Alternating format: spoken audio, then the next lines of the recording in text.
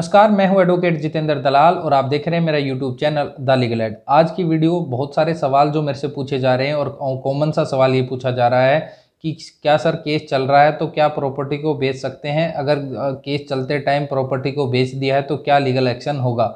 तो चलिए इसी टॉपिक पर वीडियो को शुरू करते हैं। इससे पहले अगर आपने मेरे चैनल को सब्सक्राइब नहीं किया है तो प्लीज़ मेरे चैनल को सब्सक्राइब करें ताकि आने वाली हर एक वीडियो आपको सबसे पहले मिलती रहे।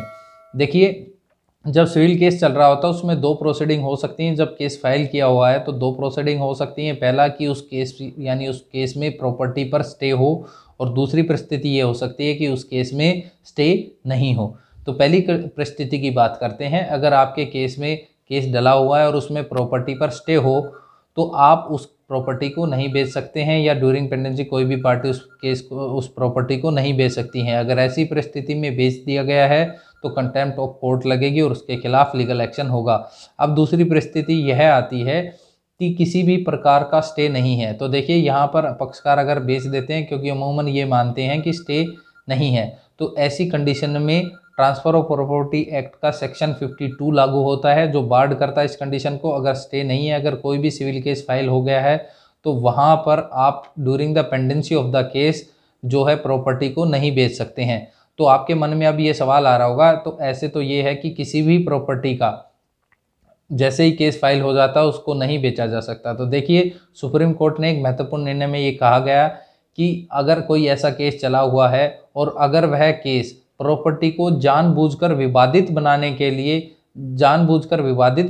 लिए, झगड़ालू बनाने के लिए, या एक दूसरे की जो प्रॉपर्टी है उसके शेयर को जानबूझकर अटकाने के लिए अगर कोई केस ऐसा फाइल किया गया है तो वहाँ पर section 52 of transfer of property act लागू नहीं होता है।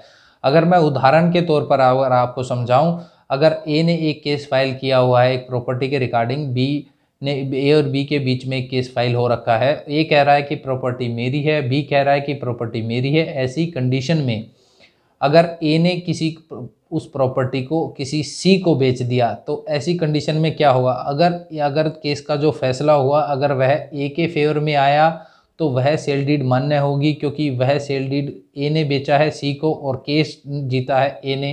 तो ऑलरेडी प्रॉपर्टी ए की थी, कोर्ट के अनुसार भी उसने सी को बेची तो वह सेल डीड मान्य होगी। लेकिन अगर केस का फैसला बी के फेवर में आता है तो ए ने जो सी को प्रॉपर्टी बेची है वह मान्य नहीं होगी। इस प्रकार आपकी प्रॉपर्टी पर इफेक्ट पड़ेगा। तो यहाँ पर कंडीशन ये है 52 की कंडीशन, जो मेन कंडीशन यही है कि जानबूझकर प्रॉपर्टी को विवादित बनाने के लिए या एक दूसरे के हिस्से को ठेस पहुंचाने के लिए, जानबूझकर हिस्से को बेचने के लिए, रोक लगाने के लिए, प्रॉपर्टी की सेल को अटकाने के लिए अगर केस फाइल किया हुआ है और उसमें किसी भी प्रकार का स्टे ऑर्डर नहीं है तो ऐसे सूट में आप प्रॉपर्टी को बेच सकते हैं। लेकिन अमूमन ये माना जाता है कि अगर केस चल रहा है तो ऐसी परिस्थिति में आप प्रॉपर्टी को सेल आउट ना करें, क्योंकि अगर सुप्रीम कोर्ट भी ये मान रहा है कि अगर ऐसी कंडीशन में प्रॉपर्टी को बेचा जा रहा है, सपोज ए ने सी को प्रॉपर्टी बेच दी तो फिर सी को पार्टी बनाना पड़ेगा। उसी केस में सी ने डी को बेच दी तो डी को पार्टी बनाना पड़ेगा, डी ने और किसी आगे बेची तो उसको पार्टी बनाना पड़ेगा। ऐसे सिविल लिटिगेशन बहुत सालों तक चलती रहेगी और केस का डिसीजन करने में कोर्ट को बहुत दिक्कत आएगी।